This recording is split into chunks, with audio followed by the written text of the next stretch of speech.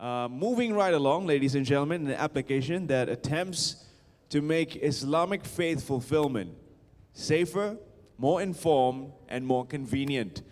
I'd like to introduce you to Mr. Ali, and he is going to be talking to us about Hajjnet FZE.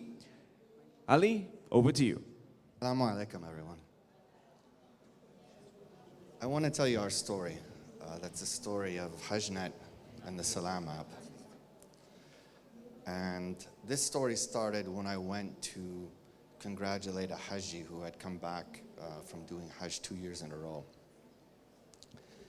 And tried to understand the process, started to understand the problems, how to book it, what to do, the dangers. And I was overwhelmed. And I felt very, very weak, very unempowered. And that wasn't a good feeling because Hajj is something that I must do and I must complete in my life. So what we decided to do was to use mobile technology to try to alleviate some of those problems. So as we all know today, Muslims are about a quarter of the world's population, and Hajj is obligatory for all of us. Hajj can be dangerous, it's taxing, there's risk of dehydration, there's risk of disease, and most are completely unclear on the process, and there's no common language.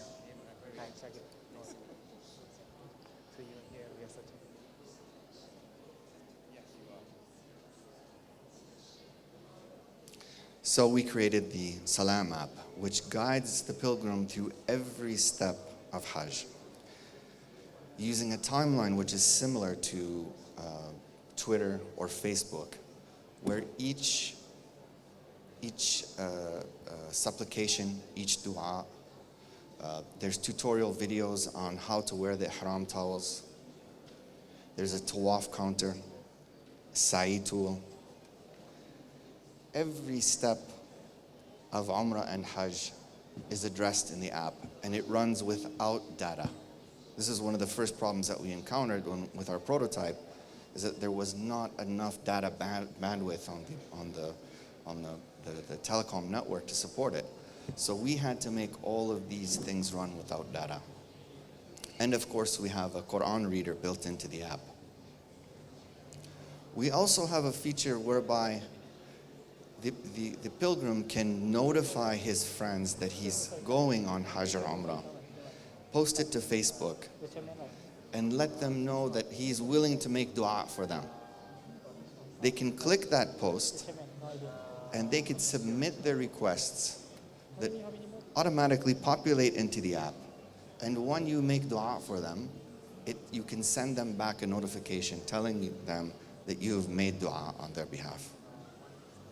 We also have some very important features, especially in light of the recent tragedies which have befallen us this Hajj season, which is tracking, the ability to find your companions. It's been a very big issue for pilgrims that get separated. So with our app, you can find your friends, connect to them through Facebook, you can find them on the map and see where you are in relation to them. And you can also find things that are around you. Likewise, you can pin your tent in Mina to the map so that you can find it again, which are all big issues. How many of you have performed Hajj?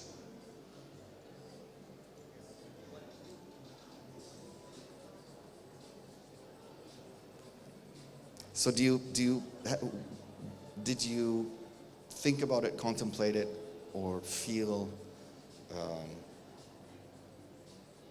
there were adequate tools for you?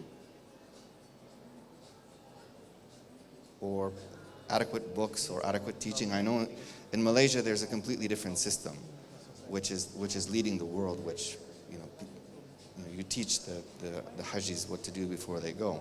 But I wasn't able to find those things, and that's where we came up with this idea. And you can take the Salam app home with you. So no matter where you are, you can see the prayer times and Qibla direction, current time, and your location. And it's all in a very simple, modern interface.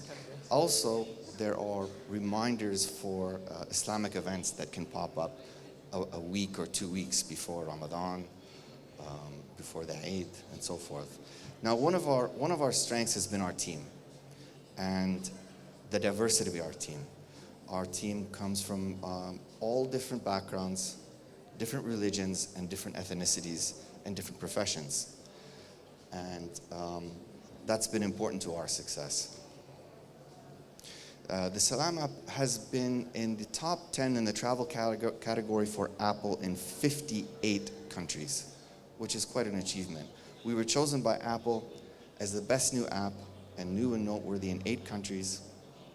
We have now around 700,000 unique installs and very high ratings on the app stores. And we are the global leader in Hajj and Umrah mobile technology. How do we make money? How do we support this? We support this through a sponsorship model whereby companies have to provide some value to our user, some value to this experience to be on our platform. In this case, Daytol is sponsoring through information on illness prevention, how to protect yourself from MERS, packing list, what to take, which is all relevant information. It's unintrusive and it adds value to the experience. Our formula is simple, that Hajj and Umrah are a specific process of things that must be done at a very specific time and place. And we align to the user to give value throughout that process. We're the first to market, we're efficient and measurable in our advertising. We're simple and fun to use. We have top-tier branding, and that's why large companies like Daytol or JJ Lecout feel comfortable coming onto our platform. We're a safe environment for them.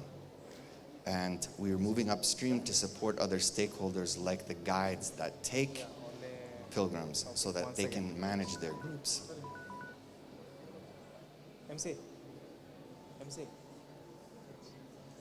Opportunities and challenges. Currently, we're monetizing only a small region. And as we all know, the Muslim world is quite large. So we're here looking for potential partners to help us monetize and build relationships in this part of the world. And we are going to start another round of fundraising that we would like to take some funds from strategic investors here in this region. We have proof of concept achieved, we have a clear revenue stream, and the funds that we're looking for, only from strategic investors, is used to grow the business. Thank you. Thank you, Ali, for that. Do we have any questions for Ali?